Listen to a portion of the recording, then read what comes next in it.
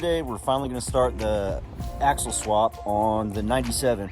We've got 2019 F450 axles, so we got the little bit wider, I think it's about 5-inch wider stance that we're going to have on the front and the rear. I don't know if the rear is actually wider, but I know the front axle is about 4 or 5 inches wider on the 450. So we're really starting this thing.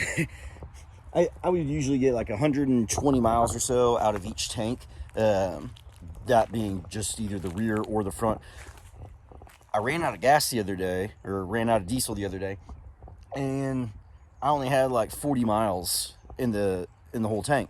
Well, it turns out that there's a leak coming out of the rear somewhere, so I decided we're going to go ahead and pop this bed off. Well, simultaneously, someone sent me a link to these axles. Went and checked them out. Got a really good deal on them. I think I paid $1,000 or $1,200, something like that. So just the powers that be want me to do this axle swap now. So today we're going to start by pulling off this bed. We're going to delete the front tank and go back with the rear 38-gallon tank from a newer truck. Let's get going. For those of you that are losers that haven't been following my channel, this is our donor bed for the dually swap.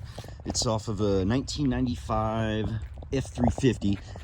Somebody actually made it a trailer, so when I bought the bed, the trailer came with it. We'll end up selling the little trailer. I've got a title for it. The headache rack, we took the headache rack off that was on there and we gave it to my buddy Will, and that is now on his 1995 dually. This tailgate, I think, came off of a different, well, I mean, it would have had to have come off 94 to 92 maybe, I don't know, but this is what we're going to be using. I'm taking off this little fancy boy trim on the bottom with the step. Don't need it. We'll end up getting this thing sandblasted and repaint that whole truck. Quick walk around of it. We got leaf springs, 350. Interior's in good shape. Again, if y'all have been watching the videos in the past, we pulled this bench out and actually pressure washed it, cleaned it, whatever. All new carpet. Got a brand new dash pad in here. It's brand spanking new. Wireless radio.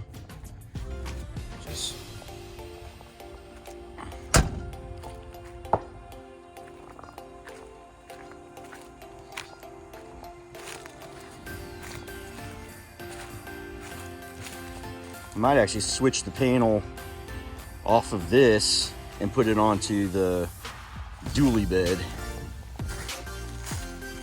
But she's good from far, but far from good. So there's the reason why we're pulling the butt off in the first place. There is some sort of a leak coming. I don't know what it's from, but the truck's been off for about 20 minutes and it is still just, I mean, when I park it, there's a puddle underneath it. Slight change of plans. The underside of this, you know, this bed, the guy that sold it to me wasn't exactly forthcoming, but they did this piece of crap Mako paint job over it. All that to be said, the underside of these are so rusted that it's just rounding off the bolts. All I'm gonna do is grind these heads off of all 6 of these guys and try to get it to come off like that. As you can see, we got all the bolts out except for this one. I'm hoping that when we lift up on this, that this thing just kind of pops out. Here's our ghetto rig system. We're gonna take the skid steer, put the auger through the middle, and bada bing, bada boom. Pull the truck forward once we get it lifted up. Place it right there.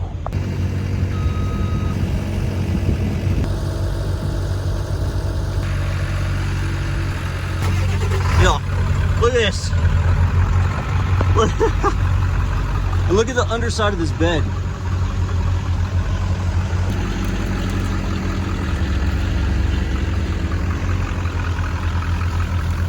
First reveal, not looking good, folks. But look at this. Look at what those shysters did. I think this thing used to have a gooseneck or something. Look at this. Gosh, just look at it. The car is not perfect. Just look at it. Just. all the different layers. Holy smokes.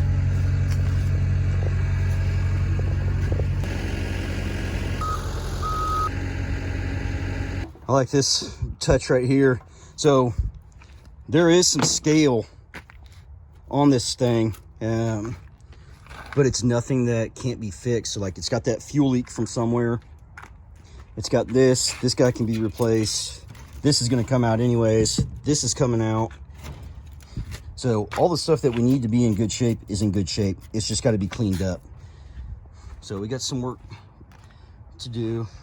I think when I remove the axles, I'm going to just hire someone with a torch, cut off the rivets off of these mounts, front and back, unbolt the shock, cut the fuel lines, and obviously I'll take off the Alcoas and tires because those are still in good shape, but sell just the axle with everything already mounted up, and then that way whoever buys it just has to reconnect the figure out what they're going to do for their axle mounts, and then also reconnect the brake line, and they're pretty much ready to go.